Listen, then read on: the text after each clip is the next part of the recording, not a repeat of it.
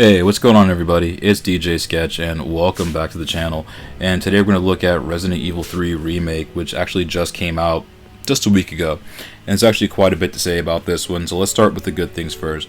Graphically, this game looks pretty sick. The RE engine once again has phaser set to stun, and the new models on some of our old favorite characters look rather nice in this one.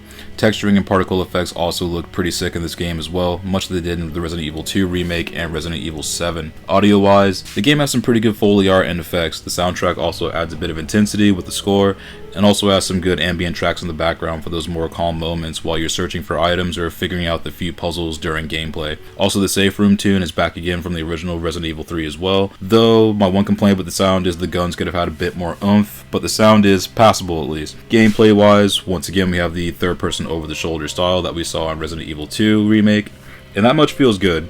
You may want to play around with the sensitivity a little bit to get your aiming dialed in if it feels too slow or too quick. Overall, the movement is about where it needs to be. Also, the dodge mechanic will get you out of a lot of sticky situations. Story-wise, this is a retelling of Resident Evil 3, which has our main protagonist as Jill Valentine, the master of unlocking, and she looks good in this entry, not gonna lie.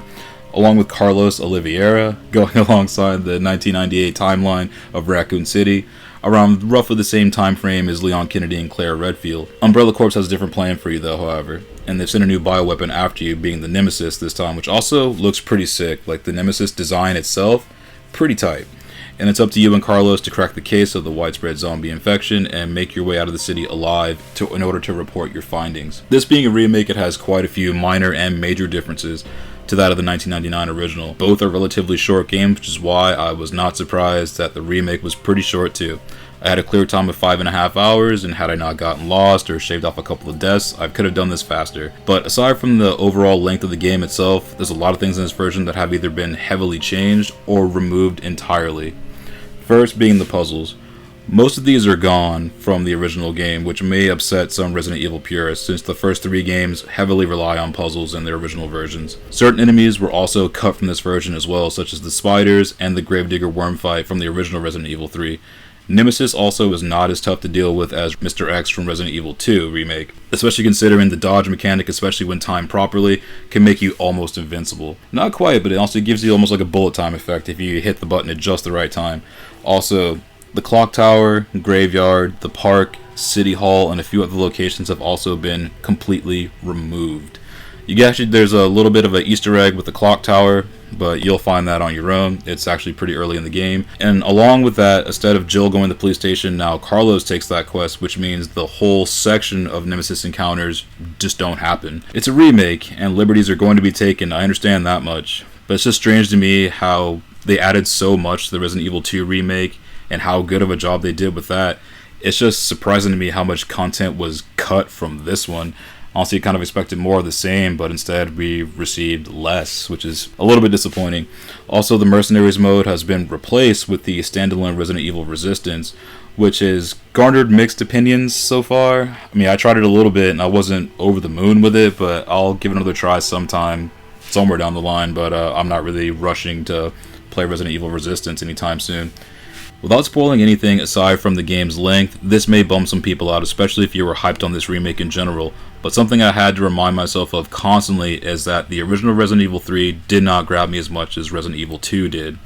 And then with the remake too, when Resident Evil 2 came out last year, it was a certified banger on an already awesome game, whereas this one doesn't quite fall flat, but it left me with some questions concerning the quality of it at the end of it, you know? I mean, it's not a bad game, but at the same time, I don't know. I was not as impressed with this one as I was Resident Evil 2, long and short of it. I just wasn't.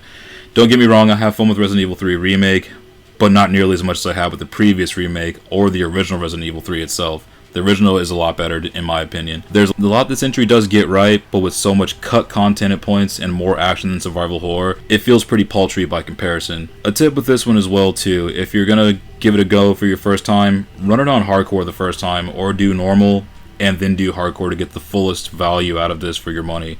I'm going to go ahead and just tell you that much too. While it's not bad, it's a tad too easy at times for a Resident Evil game, and also with so much missing, it's hard to give this one a pass. And after how good Resident Evil 2 was last year, that remake was awesome. I have to give this one a 7 out of 10. I almost scored it lower, but at the same time, like, I have fun with it. I mean, you can also have fun with it as well. Also, it has some great things going for it, and you can have some fun with it, but I would not suggest expecting it to be nearly as good as the past entries, especially not Resident Evil 2, even though it looks awesome on this new engine. There's definitely an instance this is fashion over function, unfortunately. And I hate to say it, but this could have been so much better, and it's going to be a missed opportunity. But maybe there's going to be some DLC down the line. I mean, Resident Evil 2 had DLC, so we'll see what they do with this in the meantime to maybe add back some of that content, because the clock tower is one of the best parts of Resident Evil 3 in the original. Yeah, guys, that's all I got. I hope you enjoyed this review, and hope you find this helpful. If you can use it as a resource, that's awesome. I'm happy you can use it. And I'll see you guys again real soon with some more reviews and more commentaries. Take it easy and stay safe out there.